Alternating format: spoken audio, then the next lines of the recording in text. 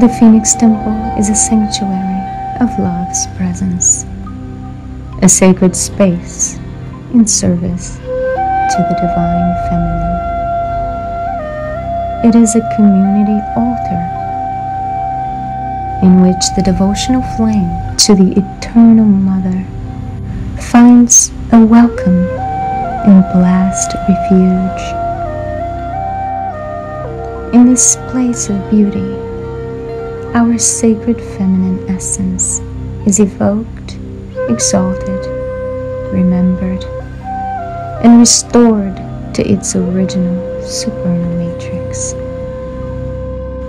The Phoenix Temple is an alchemical crucible of soul transmutation, an archetypal womb which thrives in nurturing the cosmic egg of our mystic embodiment, fueling our spiritual fire in its quest to behold the self as the holy grail of the divine.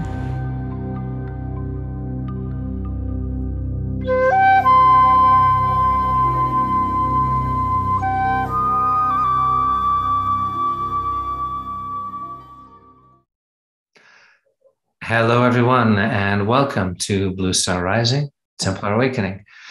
Michael Henry Dunn here, and I am so glad to welcome back Kaliyani Sundari, our special guest for today's program on Awakening the Divine Feminine. So, Kaliyani, good to see you again. Welcome back. Same here. Thank you for having me back. Yeah. So, as everyone knows who has watched the last two programs that we've shared with you, Kaliyani's background in both spiritual psychology and particularly a lifelong in-depth exploration of, awakening to, and celebration of the sacred feminine. As you'll know, that is very powerfully in alignment with a lot of what we are about here at Blue Star Rising.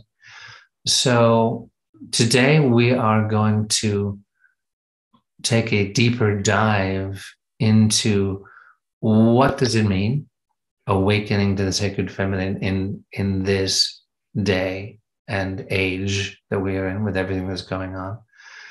And not just on a theoretical level, but very much on a personal level. To draw out how the awakening to the divine in her powerful aspect as the divine feminine, how it can touch us, transform us, and lift our consciousness. So, Kaliyani, I know we have shared, before some of how you came to your deep attunement with and heart's connection to the goddess, to the Divine Mother.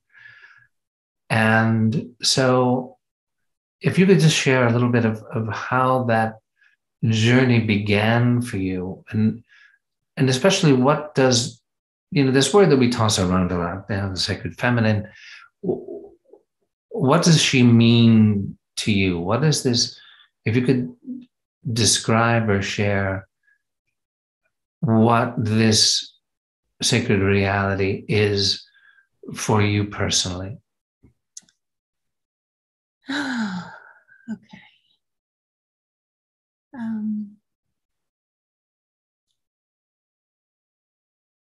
I think I've mentioned before, maybe in passant last time, that to me, the divine feminine, as we understand it, is a doorway, like all the archetypes. But in this case, for being the divine feminine, it is encompassing all archetypes of divine feminine as the second half of the Godhead. Conceptually speaking, but on a personal level, she is, an aspect of me and of my heart. She's my mother, my angel.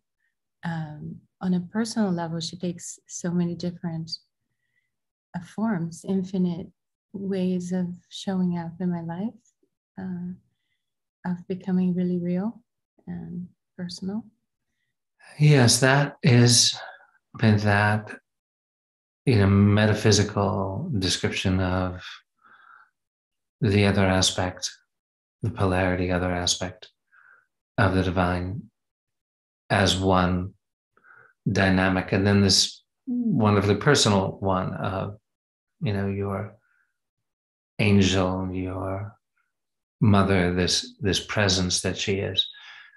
So I wonder if you could share with us what the journey was like of how she emerged. I understand that there's a time in your life when you began to feel this rather mysterious presence, and that you were going through great change and radical transformation in your life personally, and that this mysterious presence began to assert herself, and you didn't even know necessarily what or who this was. And then, this led to many unfoldings in your life. Would you share on that? Yeah. Well, at the break of my 16-year marriage, I have found myself in a place of feeling disconnected. And I grew up praying a lot. I was brought up Catholic, and so I felt a deep calling to reconnect. It was,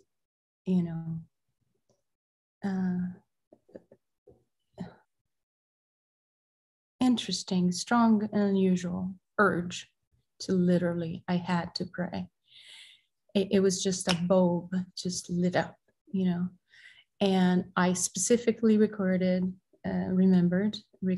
a prayer that I had to pray that prayer, because to me, that was the most beautiful prayer I had ever heard. And it was really long, and I wasn't taught that by my mother as a child.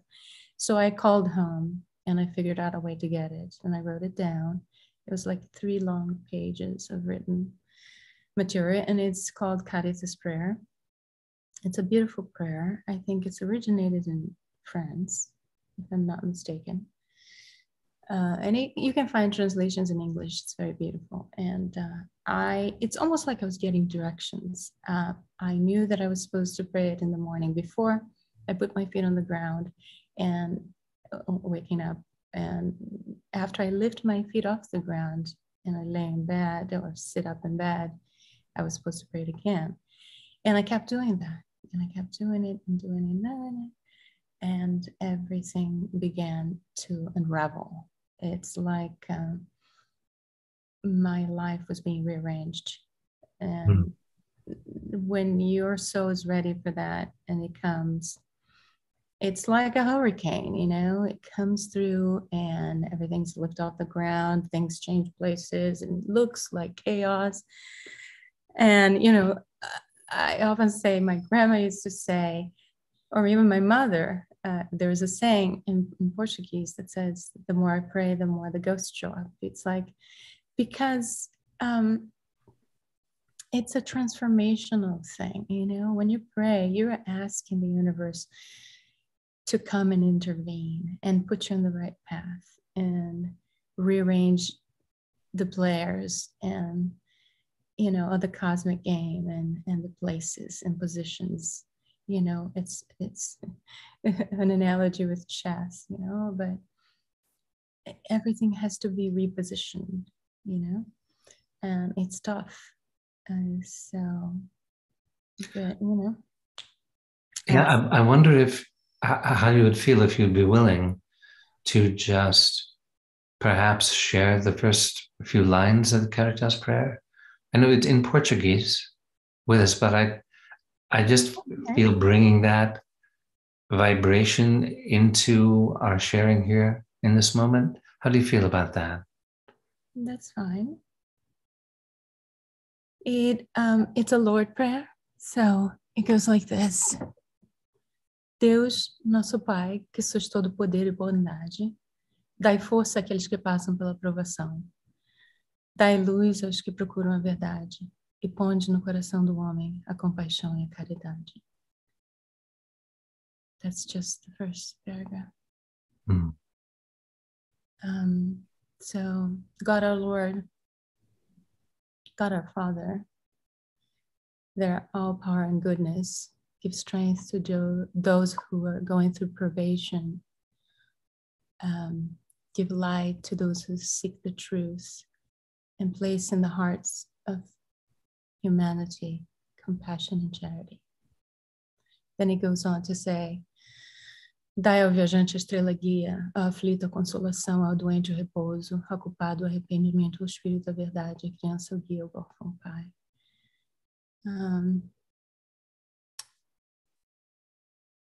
I would have to be looking at it to go back and translate, but basically saying it has a similar tone to Saint Francis of Assisi prayer, where you're asking for everybody else before. This prayer doesn't even ask for anything for us. It's for everybody who's in need. It's the lost, the orphan, the poor, the one who is regretful, guilty, or anybody who is going through trial, internal trial, or external trial, or hunger, or it's asking for assistance to be given to them. So the whole prayer goes like that. It's very beautiful, and yeah. Thank you. And then, interestingly enough, I can't remember how long this went for. I would imagine at least a month, 40 days, I'm not sure. And eventually I started having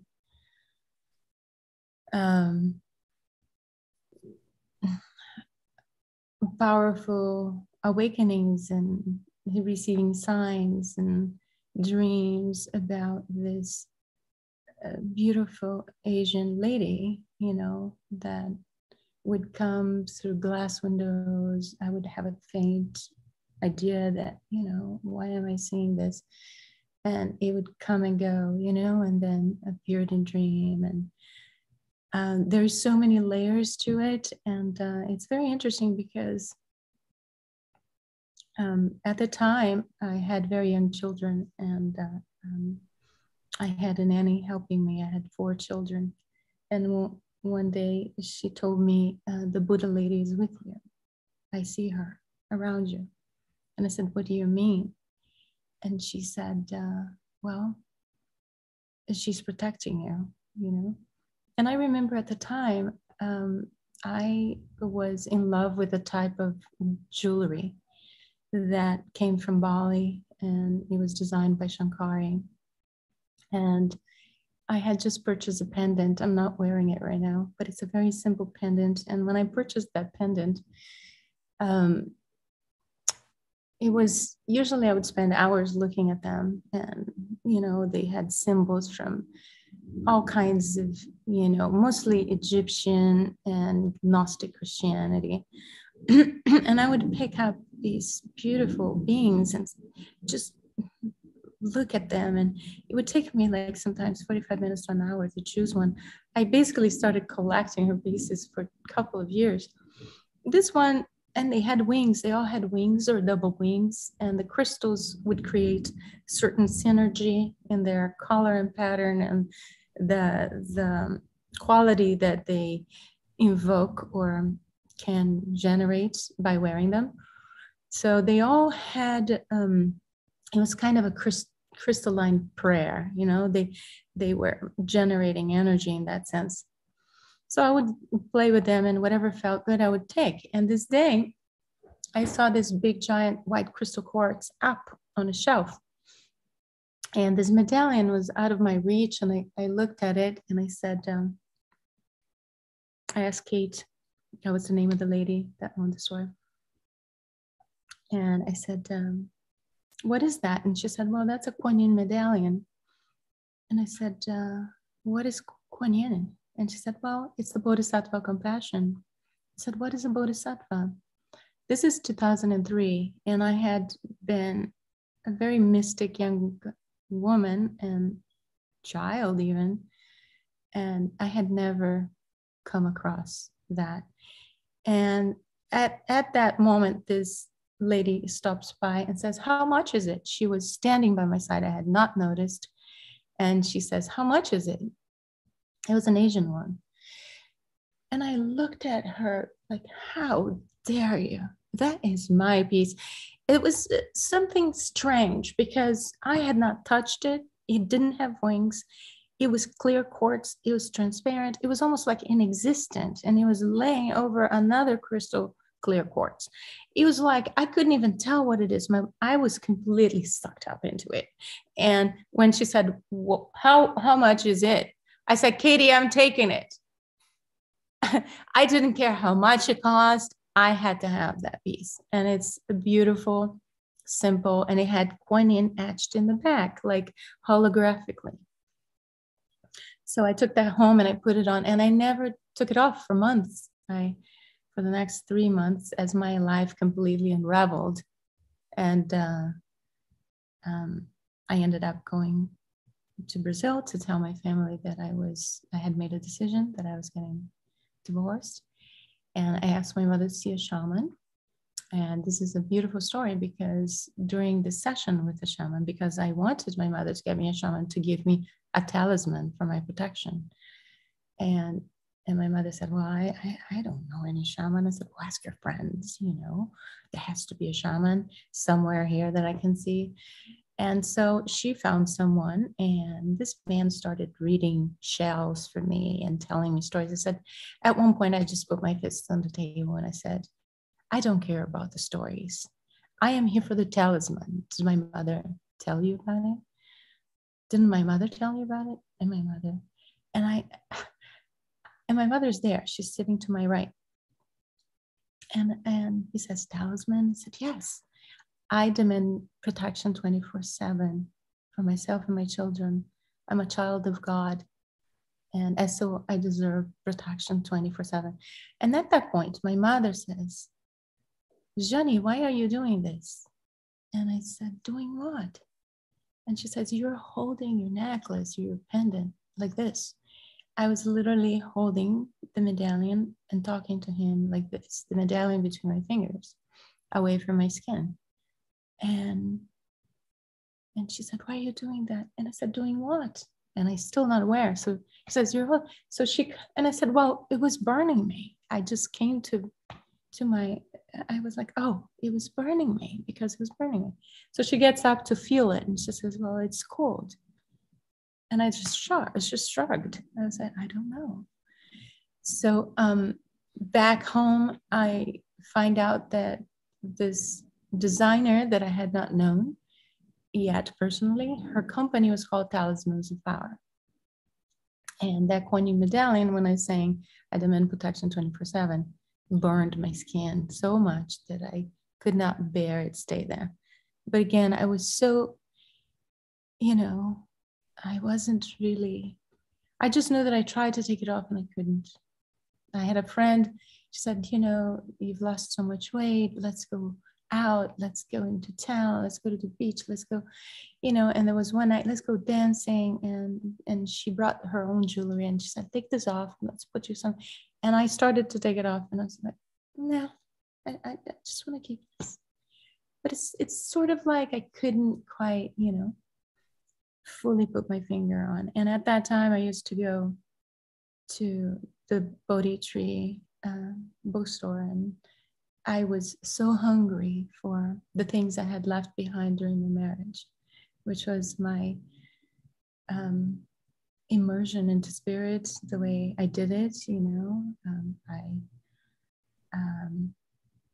I put my fingers and hands into everything I could when I was a teenager, I think I told a bit of that story on the first, July. And then there was a dream where she appeared dressed in beautiful silk and the bun on top of her head. in front of me, and her head turned 360 degrees, and her eyes had lasers. You know, it was a light so strong, and above my head there were blackbirds flying, and with her eyes she would pulverize them, and she could look in every direction effortlessly. So this was very impressionable. So very much a protective dynamic if she's destroying these symbols of dark influence, perhaps, that are around you in that protective way. And I believe you said that there's a Quan Yin behind you in the background. Is that right? You mean here in the temple? Yeah. Oh, she's everywhere. There's a big one seated there, and right next to the shamanic altar. Ah, okay. Well, maybe as part of our program, maybe we'll go on a little tour if you're willing. Later, we'll. Yeah. Yeah, because I had the privilege of giving a kirtan, a chant concert, in your beautiful temple there back in May of last year. So those altars are very rich and beautiful and and powerful. The archetypes and the vibration are very palpable. So as you know, as your life unfolded in the wake of that, I know to me one of the really compelling and beautiful things about your life and work is that you have this thirst for research, on a scholarly level. And, particularly when it came to, like, for example, the music that emerged for you, really some 10 years or so, at least after this awakening you're describing, and the Buddha lady, while you know there's this Buddha lady around you, and then you discover Kuan Yin, that, your research into the primordial mother goddess before all mother goddesses, who created all that is and created the gods themselves, that if you could share a little bit about how that you've described it as this just overpowering obsession, I think was the word you used, with research and studying, like, into prehistory and the Sumerian goddess reality, the before, as you described in your journey that you shared with us in the first Mother Mary program. To me, it's just a particularly fascinating journey of how an understanding on a historical level of the reality of the goddess going back through time, how in the last few thousand years that reality was distorted as the patriarchal influence, gained traction. And, how that then, all that research that you did on a scholarly level then emerged in this very personal, powerful way. As a activational spiritual singer, when you didn't even think of yourself as a musician, as a singer, let alone a musician. If you could just share a little bit of that journey with us, because it to me, it's a wonderful example of how, all right, we've got people tuning in, going, oh, awakening to the divine feminine, that looks kind of interesting. And this Kaliyani person is fascinating. I want to check this out. That, all right, there's a metaphysical aspect, and there's, history of the distortions, and all that's great. All right. And then the personal journey is where it hits home, and she comes alive for us. So could you share a little bit about how that journey from your obsessive research then unfolded into the very unexpected reality of Nammu's invocation, and Tears for Innana, the two amazing music videos that you created and directed? Well, you see, I believe that in the wake of this presence that caused so much transformation in my life, and there's so many different aspects to what was happening internally for me. I felt she was guiding me each step of the way and has been, So this burning is like she put a fire in my belly. I could not turn it off. It was like a deep, intense sense of purpose.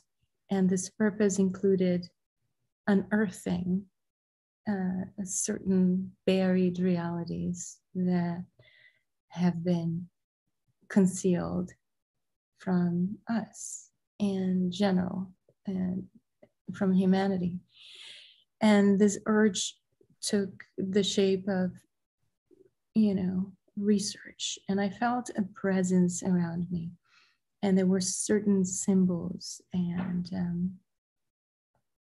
there was a serpent presence around me. And I know it's very controversial because churchianity has put a lot of darkness around the term serpent, and you can't find a statue of Mary that's not stepping on a snake, and there's a lot of negativity. But on the Eastern aspects of our theology and esotericism and philosophies, the dragon and the serpent are sacred. They're masters of wisdom. And because Kuan Yin is from that lineage, I think this dragon serpent being that was present, saying, find me, find me, find me. I had to find it, So I kept hoping and searching. And one day I was working at a project on a peace platform called Peace Link, and it took a whole year, and it was a very successful event. We launched with a world music concert at Agape International here in Los Angeles, attended by 1,300 people, and in the process of creating that, we attempted to make an interview with Amma, the Hugging Saint, at the Hilton. And I remember going there, and this lady who was part of her committee and in charge of media struck a conversation with me. And as I waited for the answer, if she was going to grant us an interview. And it was totally, there was no, we never contacted her before. And so it was very, we were trying to get lucky to get in the middle of her program and just hope that she'll give us an interview. So we're sitting there and waiting and attending the event at the same time. And this lady and I start talking, and she asked me personal questions. And I told her, well, I'm working on this project, but my real dharma is this, and that. And I would like to create a documentary. And someday, my production company, Stargate Alliance, and I want to create a beautiful film about, the divine feminine. And she immediately said, well, I think you should read this booklet that has Amma's speech at the UN, at the Women's International Conference in the year, I don't remember, it's 2003 and she said, it's like $3, you can get it right on that table. And she pointed to it. And I said, okay, I'll do that. So I went there and I got it and I read it. And in that booklet, Amma mentions this book, The Chalice and the Blade. And I had already, through doing computer research, found the Enuma Elish tablets about the Sumerian civilization and Nammu, the goddess. And then that book kind of pieced all the other parts together for me in the context of our historical formation, you know, and spiritual, all the way from like back thousands of years BC, you know. So yeah, so from this place, the journey continued in that I was also finishing. I had just finished a documentary on love and relationships called Secrets of Love with Bill Wade as a co-executive producer. And I knew how difficult it was to license powerful music. And I also knew, I have several friends working in the industry, that without the proper music, images are soulless and they're heartless. The sound gives life to things. It's very interesting. The vibration of sound gives heart to a movie. And I knew that the soul and the heart of this film that I had conceptualized about the divine feminine had to be quite extraordinary and unique. And at the time, I had been introduced to the work of Lisa Gerard as well. And I fell in love with her music. She's, I guess you could say, a muse, inspirationalist muse for me. And I thought, you know, I would love this kind of music to be in my documentary. And so, but I knew how expensive it is to license. So I thought, how are we going to do this? And I wanted a lot of it, you know. So one time I was alone and my children were with their father for 2 weeks, and I went into this meditational space. I had been meditating a lot because I had finished my USM program, and I used to be a volunteer at SRF, and I have done the Korea course as well there, the 1 year initiation program, Yogananda's teachings. And I was having a deep relationship with the divine and with myself at the time. And I was left alone. And I just said, you know, I was working on this project, Peace Link Live, but I took that time off to really immerse myself with what is really in my heart to do. That's my own, you know. And I received that I was supposed to create the music, you know, and I said, no, I can't, because I am not musically trained. I never sang. And the voice kept saying, no, it's you. And I'm like, no, it can't be. And no, it's you. And after a while, I just said, okay, well, let me start thinking about what I would like if I were to create the music. What kind of sounds would I want in it, and instruments? And I started like just allowing myself to dream with it, you know. And it all unfolded, you know. It's not something that happens overnight, but eventually within a few weeks, you know, she introduced me to a composer that I knew I was going to work with him the moment I saw him on stage, as part of a team. You know, first of all, just creating that and the look on his face, you know, because he is really gifted, but I was guiding him. I would say, bring strings, do it faster, do it slow, put drums here, you know, and he would, you know, create these beautiful harmonies, but I would just nudge him.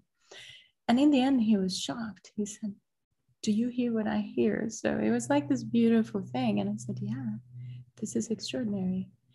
And he said, what are you going to do with it? And I said, I'm going to go home and I'm going to listen to it and I'll try to sing to it. He said, did you ever sing? And I said, no. And he said, well, if you can't sing to it, I have a lot of amazing artists that would love to sing to this. And I said, well, let me give it a try. And I knew that I was carrying Okay, I didn't know consciously, but let's say right now, this day, after all this journey, what I understand to have been happening is that my discovery, okay, of my awakening to this power and force that exists in the cosmos, in nature, that permeates all things, that is feminine, became so embodied in my being, and the love that awakened in my heart. And I mean, I had constant tears come down at the awe, of having this presence come to me and be around me, and the face of Kuan Yin, in the presence as Kuan Yin, which I find very interesting because I was praying in a Western sense, and I was born in the West, and I was brought up in a Western religious, even though my mother never took me to the church, as she fell out of love with the church. That's the story, because she read the whole Inquisition book, the history of the Inquisition, and she could not believe that they could do such things to people. And the disconnect was immense for her. And she was brought up in the church, like literally a church was next to her house. And my father was my grandpa was a nobleman, and they ate every Sunday together with the priests and, the clergy. And it was like enmeshed, and she confessed almost every day. It's like definitely a couple times or 3 times a week, and took the Eucharist.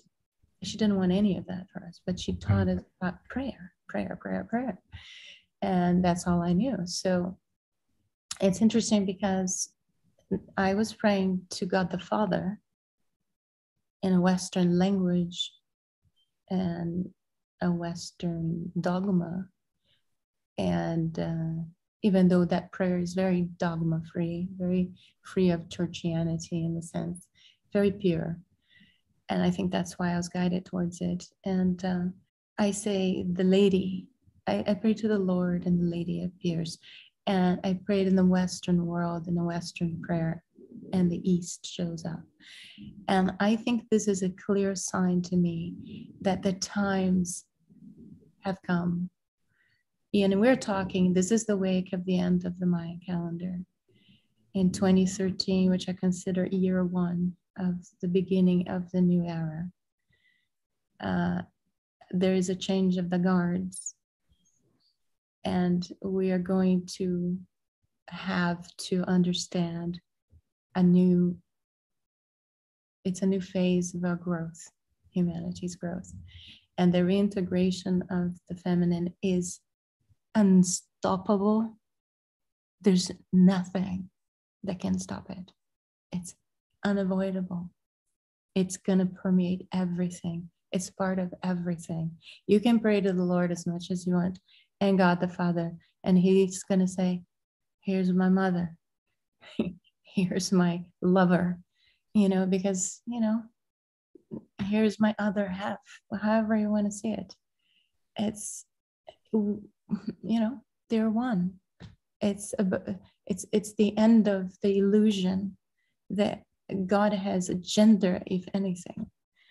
All these beautiful archetypes and presence and rays of light that come to us in a way that we can digest are nothing but doorways to the infinite, unfathomable, undefinable Tao. Okay, the Tao. How the Taoists refer to, they never use the word God, and God is never personified. It is the Tao. The Tao it is. So I just wanted to intercede here and kind of bring this piece back, because I find it so important. And it's said that eventually, when humanity fully rises and awakens again to a new golden era, the East and the West are going to merge. And I was told that recently by my beloved Dharma sister, Yuan Miao, a living Dakini from Tibet, who is very dear. And she just recently said that when she was here at the temple. And her books, attest to it. And yeah, so Yeah, that is when you described to me when we were talking earlier before the broadcast here about that moment when you actually came in and did the vocal take, and your producer was dumbfounded. He said, "You cannot have never sung before. That's simply not possible." Mm-hmm. And for those of our viewers who have seen the music video, Nammu's Invocation, and its sister video, Tears for Innana. Of course, your voice is truly extraordinary in its power, its range, its depth, its beauty, its and the control that you intuitively have over it. I mean, I'm enough of a singer through much of my life to know, that is, for most people, that's the result of years of training, which then becomes intuitive. And for you, it just flowed intuitively. I mean, yes, you sang growing up. You sang the songs of Brazil, and your mother loved the fado songs of Portugal, and but so it's just one of my favorite stories I've ever heard about a gift just spontaneously pouring forth in a dharmic kind of emergence that is just unignorable. And I know you shared on Facebook not too long ago a brief minute or so of a video, and with your permission, we'll insert it here, of a visit to a sacred Templar site when you went on your pilgrimage to Portugal, and we were in this sacred hall, and there was no one else there, and it's this beautiful cavernous hall with astonishing acoustics, and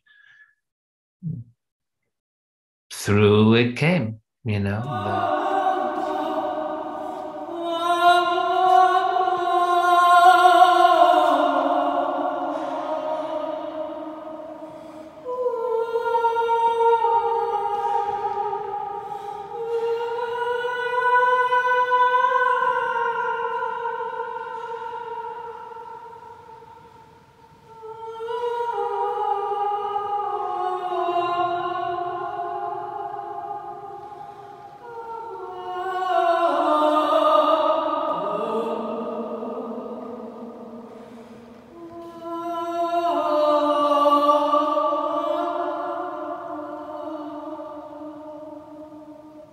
voice poured forth, and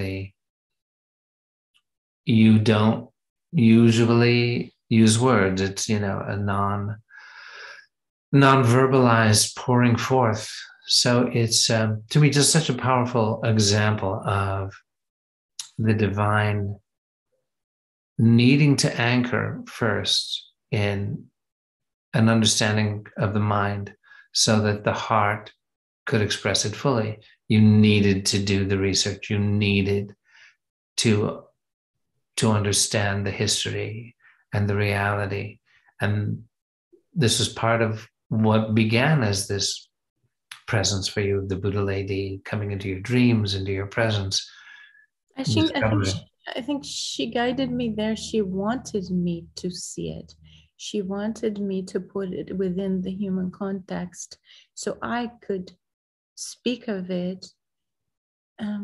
But it's like planting a seed, and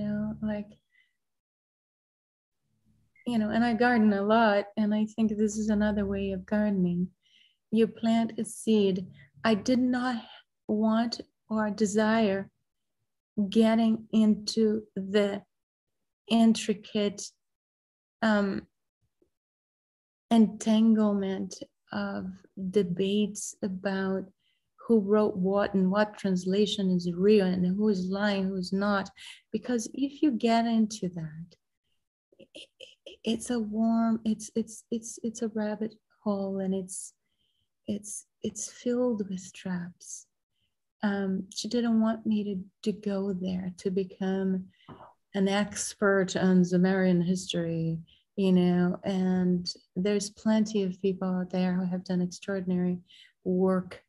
And I love mentioning a particular one that I believe this man was guided by the light.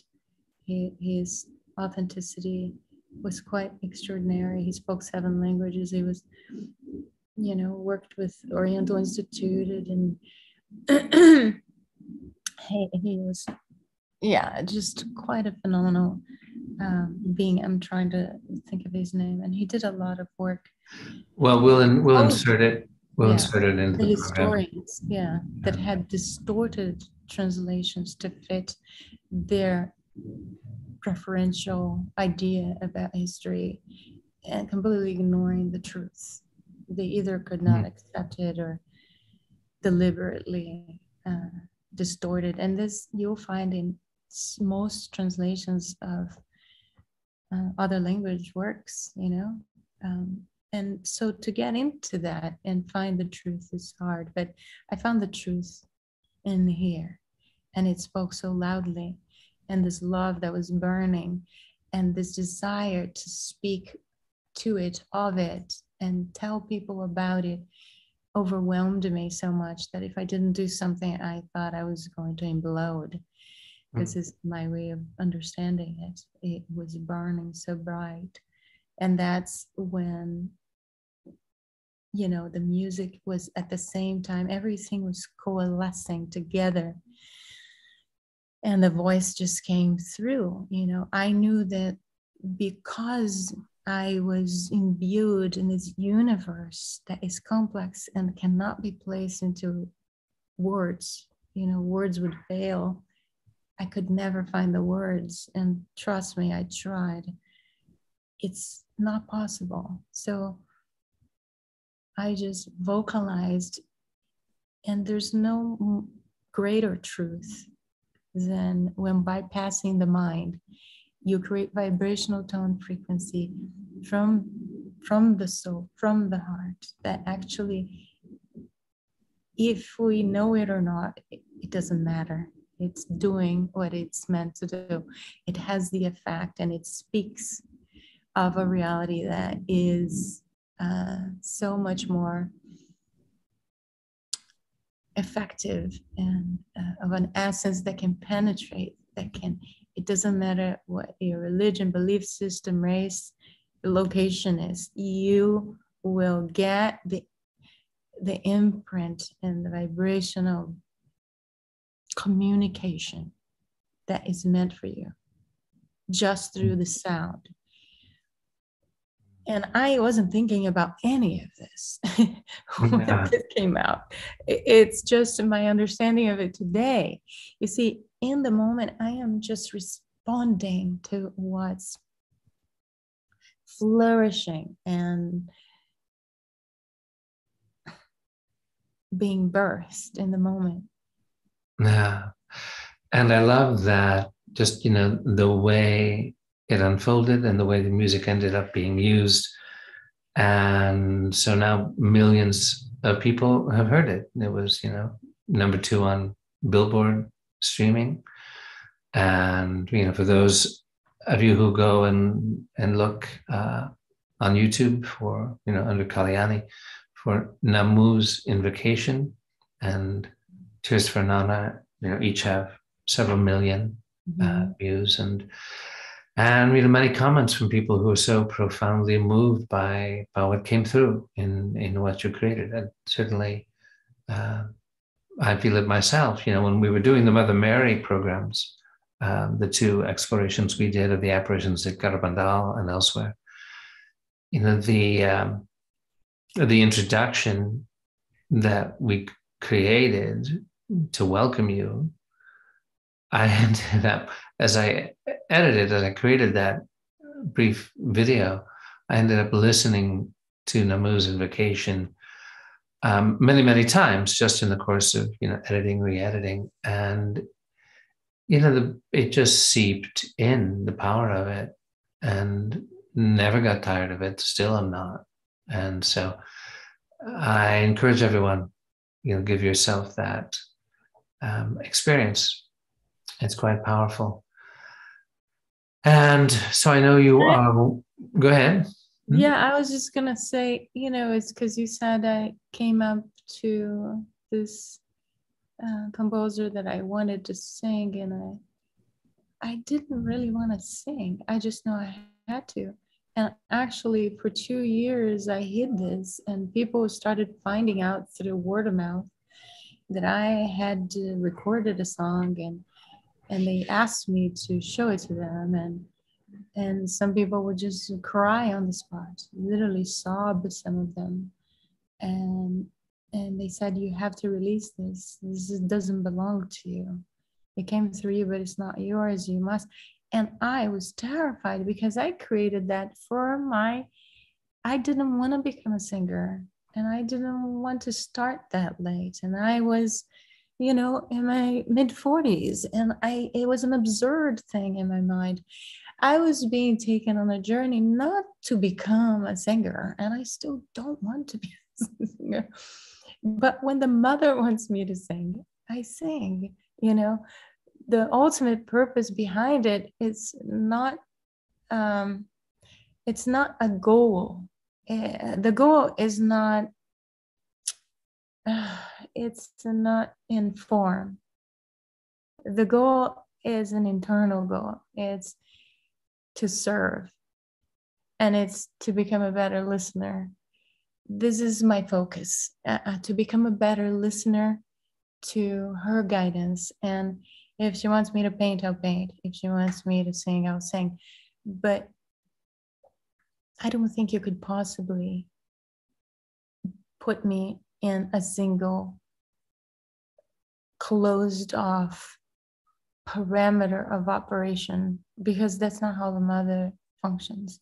I cannot, some people define me, oh, you're a producer, Some people have, if you go to, what is it, that thing that I never go in anymore, LinkedIn, I'm a producer, or I'm this and that. Singer, I'm neither. I'm not a singer, producer, or facilitator. But at the same time, to say that I am a midwife of the sacred feminine is correct. To say that I am,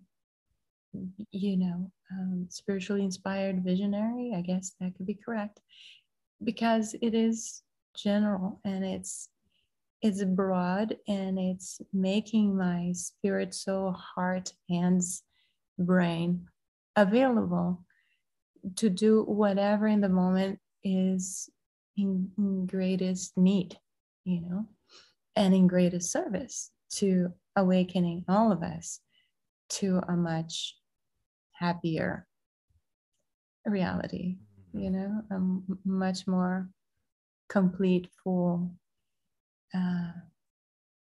free reality. Yeah. Yeah. So for where we are now, in the world in this moment, there's the war in Ukraine, which finally broke out 2 weeks ago. And all the lingering uncertainty around, the pandemics and the vaccinations and the agendas that are in play. That, for me, because I've done a lot of human rights work, and for years was working to try to establish a new international court of human rights to counteract the agendas, just leave it at that. That to reach this moment and to realize, as you say, okay, that for you, your focus is to become a better listener to her guidance, right? Mm-hmm. And that sounds simple, but it is a very powerful dynamic and a very potentially world-changing thing if enough of us are listening to the guidance of the Divine Mother and finding our own most fulfilling and joyful way of serving. You said, to listen and to serve. And, my own experience when my work with the movement to create, to, restore the original order of the Templars, when that ended, let's say, transformed to the Johannine movement in 2018, I came to Cresto and started to work with Reverend Maya, that I realized that the inner work is where the most powerful transformation is possible, because, of course, it's a cliche now, it's no less true to say, become the change that you wish to see. And enough of us become that change, it will shift the timeline. To say in 2013 was the changing of the guard. Interestingly enough, I actually created a video in 2013 called Changing of the Guard, which got around quite a bit about this dynamic. But so in this moment, and I know you are creating another music video this time with words, and that it is around the healing of the earth.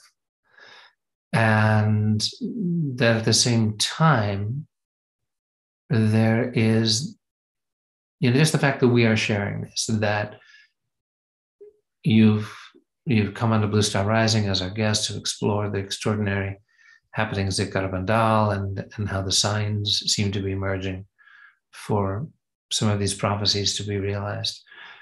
And then between the time you joined us last time and now, there is a war going on. That, I would just love for the people who see this to feel an awakening in their own hearts about the guidance that may be whispering to them, if we become better listeners, about the service that whisper may be guiding us towards, if we are willing, however humble it be, humble or great, whatever both breaks your heart and gives you joy, that cause or that suffering or that wrong that can be righted, that just makes you want to leap out of bed in the morning and immerse in her service. So could you share with us maybe, because I think we're kind of drawing to a close perhaps, if you could share with us, with the music that you're doing now and what you sense happening in the world, in what direction that whispered guidance that you're listening to more closely may be taking you at this time.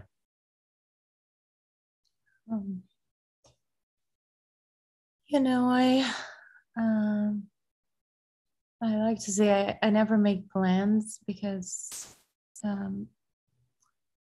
at least for my reality, it doesn't really, my plans are very light intentions, because I'm always, the mother usually drops major things on my way, and she brings the job to me, in a way that's it's always been so beyond me, how I got to meet the people I met, to do the things I do, to be invited to do the works I do, because I'm not trying, and I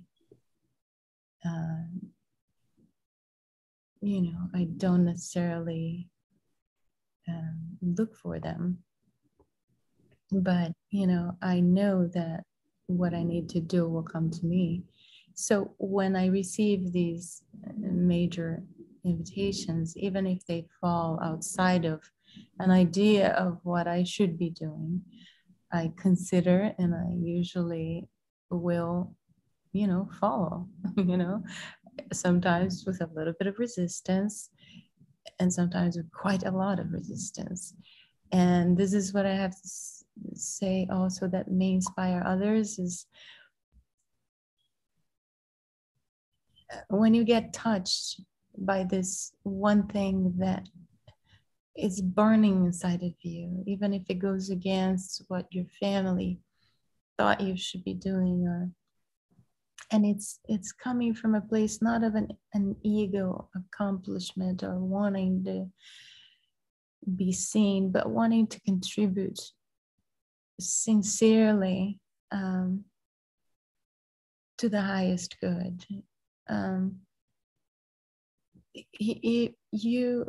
You're going to be asked to trust blindly, and then you're going to be asked to step up and rise, and you're going to be met with tremendous fear, tremendous insecurity, that you cannot do it, that you cannot deliver, that all the voices in your head, I wasn't trained, I don't belong here, I don't this, no that, who am I? All this stuff has to go. You won't even have a chance. There is so many steps to get out of the way. First, you have to listen and let it burn inside of you with joy and passion. And then let all those voices, they have to fall away completely. And you have to walk into it like you were always a master. And you know, I remember walking into that studio the first time and approaching in the car, I was calling her so strongly. I was breathing so deeply. I was so focused. You know, there was not a thread of a small thought. The thoughts were, I am with you. I am doing this. I can do this. I was breathing, you know, as he's opening the garage to the building for me to come in. And I'm like, oh my God, I am here. And the fear to even get out of the car, this is really happening. And, you know, just take that breath, you know, I'm not separate from you now. I'm walking out of my car, but I'm still with you. And every step of the way, just like drawing it in. I can do this. I can do this. I can do this. I can do this. I am doing this. You and I are one. I'm doing this for you now. And it's like everything disappears, you know, and all of a sudden things that you can't explain happen. But you have to work with it. You have to allow it to carry you. You have to fall in love. You have to fall in love with the greater good, with the divine. You have to fall in love and want to defend it.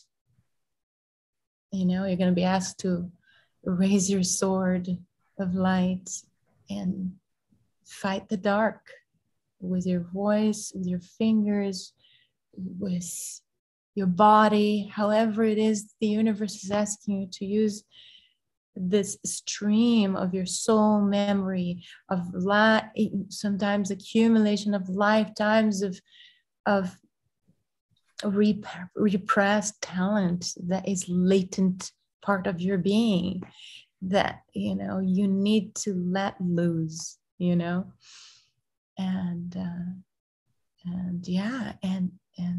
it magic happens when you listen, and then the red carpet rolls when you're doing what the divine has assigned for you, and you're fearless. You find that fearless spot in you.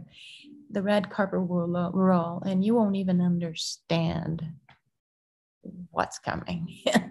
You're gonna be flabbergasted, and this is how it is. I mean, she drops it on my lap, and I'm like, for real. So there's a new invitation. I mean, of all people, I was brought to Ken Kragen, the creator of We Are the World, a wonderful human being, humanitarian, who unfortunately passed away just very recently.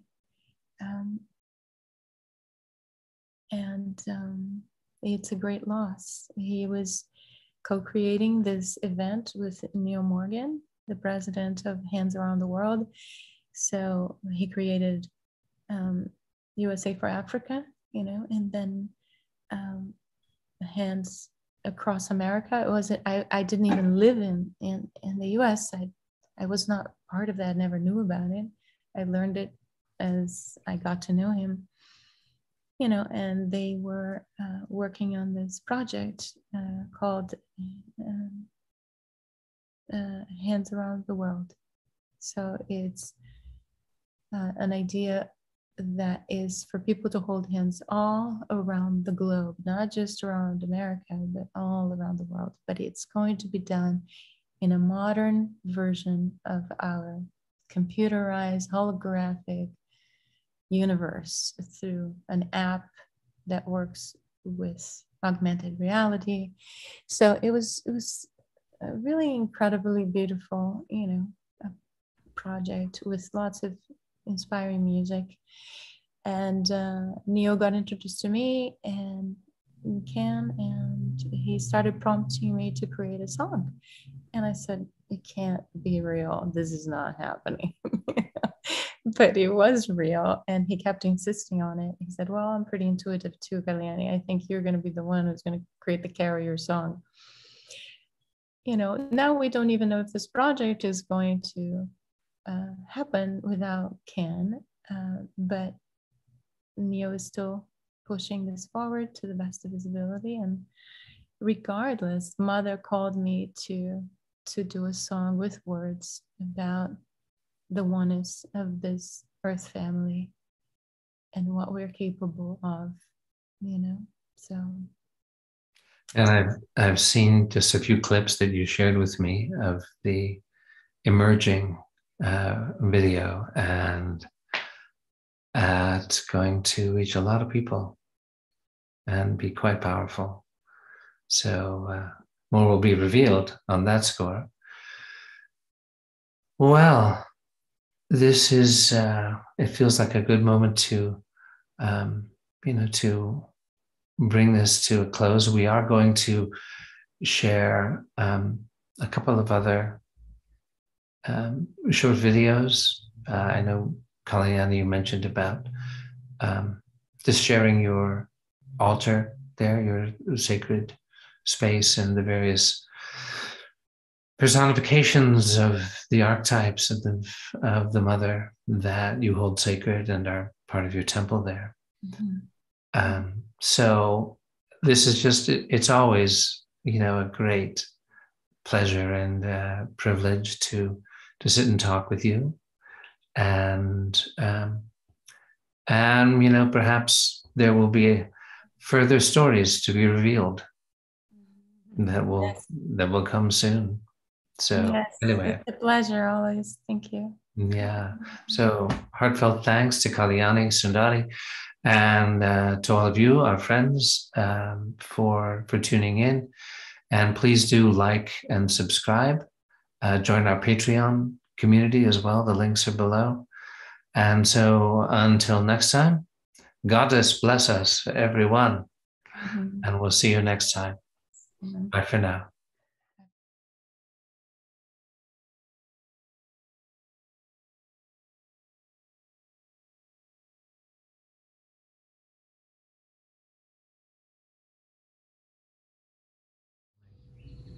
So this particular altar here, the Sri Yantra on top, meaning the union of masculine and feminine, and we have the Dakini altar. It's, I would say, the principal main altar. It never really changes much, you know. It has different images of Quan Yin. It has all the archetypal symbols. We have the Dakini, the Naginis, and the jade Kuan Yin, the peacock feathers, which are related to her legends as well. Oops, they fell. And then we have, you know, the dragon and the pearl and the lotus. We have lotuses, and sometimes I find something else, you know, like we have a bell. and a mini gong. Oops, there it is. There's a little gong. But you know, these are all archetypal symbols and images that remind us of these beautiful philosophical practices of the East, you know, that are deeply connected to this lineage that I'm very deeply connected to as well. And the conch shell, the thousand arms. And to me, for some reason, this realm is very deeply connected to crystals. This is something I haven't quite uncovered in a research way, but this is what comes to me. This one particular came out of Tibet, out of a temple. It's very mysterious how these beings are connected to the Taoist and also Tibetan Buddhist traditions. These are the Nagis, Nagas, beings in the conch shell. This one still has a piece of fabric here. This one has 7 cobras, some have 5. So it's very hard to find one with 7. So I love this one because it has 7 of them. So these are winged serpents. The Naginis are winged serpents. And like many other mysterious beings who came to teach us, like Quetzalcoatl, you know, he was a winged serpent. So who knows, they all came from a special place in the universe to teach us something. And to some, they are just symbols. They're not real. And we'll not fight over that. We can all agree to disagree. Yeah, and this is like the central piece of the temple. It is originally a fireplace, and we have Kuan Yin residing there. We have Divine Mother here with the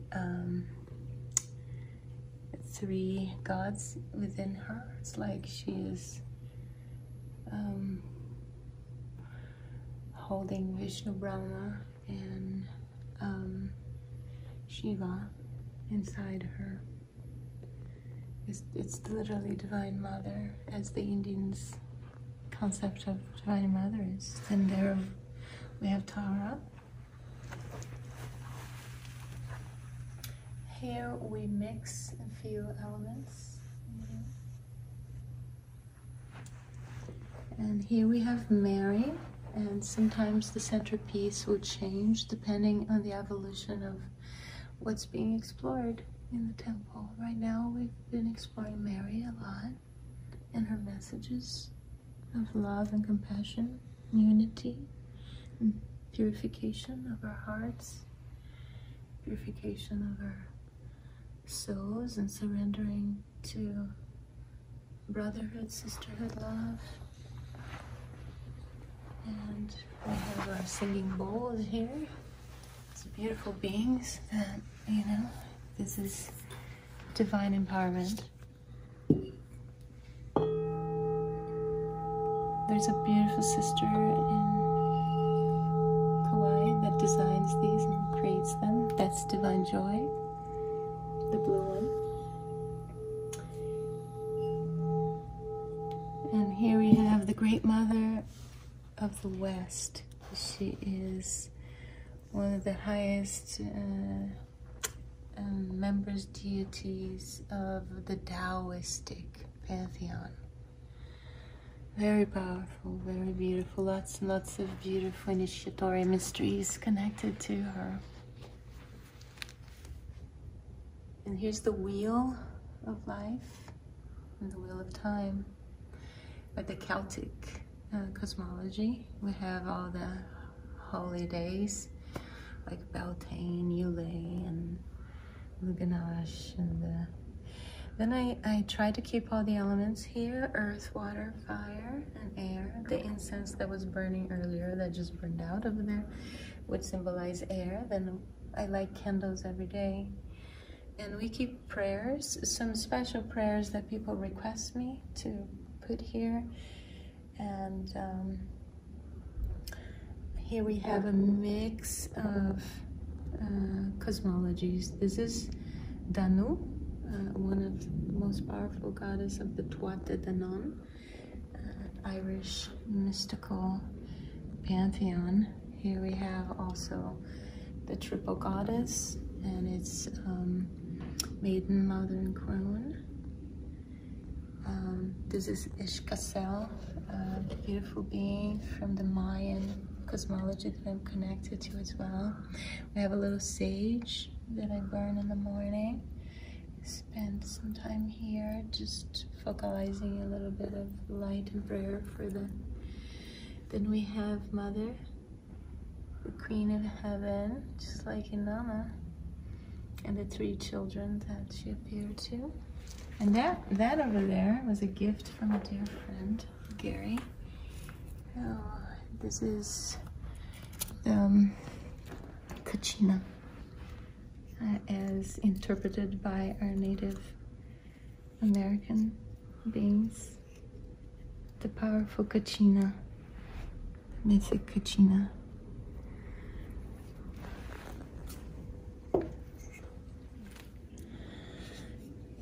This is a wand from Glastonbury, and it's made of, I believe, ash wood. It was speaking to me at the time, and I brought this with me at a store there. And this is actually a gift from my son, believe it or not. It's a beautiful, powerful dagger. You know, its symbolism is to cut through the veils of illusion into truth. Cut cords that don't serve us anymore. It's not really, but it's a beautiful piece of work. And it's like a symbol of the sword. It's a smaller aspect of the sword of truth for me. This is a beautiful Kuan Yin that I found at a garden store, and she called me and I brought her home, and now she sits here. And we have right here an urn where prayers from our circles go in.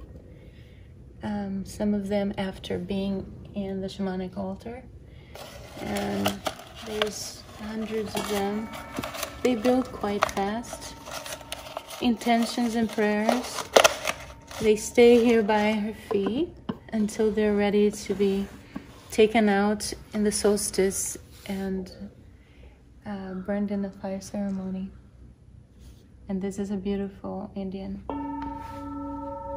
bowl as well, handmade, that I got from Encinitas, I think, this store there. Self-Realization Fellowship store.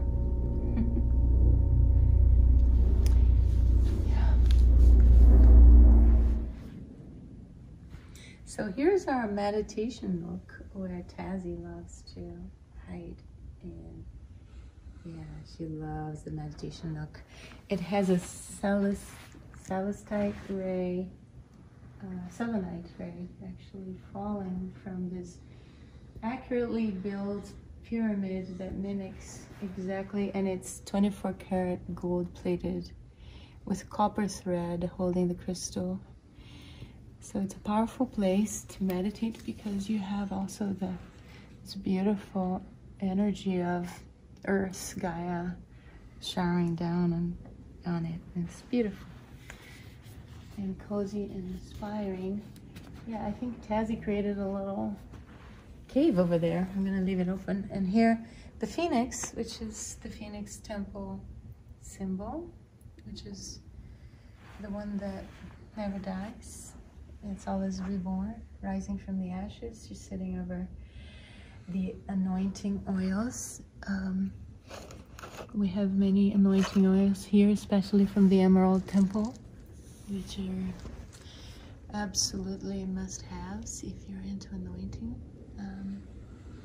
EmeraldTemple.com. and the work of Diane Dubrow. And yes, then we have instruments there for our chants and flutes and drums, hand drums, African drums, hang drums. What? Oh, and that harmonium there I got also at Self-Realization Fellowship store in Encinitas. This pyramid, yeah, it's was asking. I've had it for a while, but at the end of last year, it wanted to be here for the first time, so I brought it down. And they say this is a time that the pyramids are awakening in the world, and I really didn't know that. And not just Wan Miao confirmed it, but Maya has been saying that now as well, that the pyramids in the world that are buried under mountains, some of them are just known as mountains, like Kunlun and, Kailash, and is it Kailash? Yes, Kailash. And the pyramids are there, they're under there. And then, of course, the Egyptian ones, and there's Mexican ones, and there's many in China that people don't even know about. They're awakening up. There's a phoenix, beautiful painting from Oceana. And over here, the Empress, the Great Empress. In the golden age of China, was considered also a divine emanation, just like the Emperor is the dragon. The Empress is represented in the phoenix. So you see the phoenixes are flanking the Empress. And this was a gift by a beloved of mine. Oh, and here's the dragon at the base. The phoenix and the dragon are archetypal animals deeply related to the divine royalty of China. Yeah. Okay, and here at the entrance to the temple, as you walk through the front doors, you have an altar as well. And we have, it moves around. So here we have Innana, Queen of Heaven, surrounded by the celestial star systems. Each one of them are named here, our visible sky. And standing next to the lions. Our animals are the owl and the lions. And we have messages of love here, hope, joy, friends, gratitude. And here we have Mary, that was in my mother's house that I brought right after she passed. And this is a shrine I created. And the other day she said, I want incense too. So I put an incense there.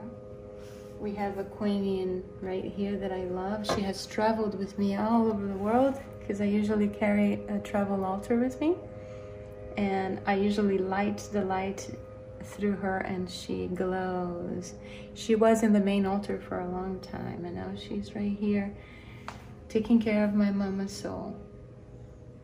And that's my mother's picture, and it's very old. I'm trying to see if I can get somebody to repair it, but she is so happy. She's wearing no protection, and she's very close to a beehive. She was learning, and she graduated in apiculture. And it was one of the happiest times of her life to be around nature and the bees. So I took this off the wall when I went there last December. And this is her little shrine. We have Mary, that she loved Mary so much. I brought this one from Portugal as well. And I keep it here with flowers for her. Oops. And these are her ashes.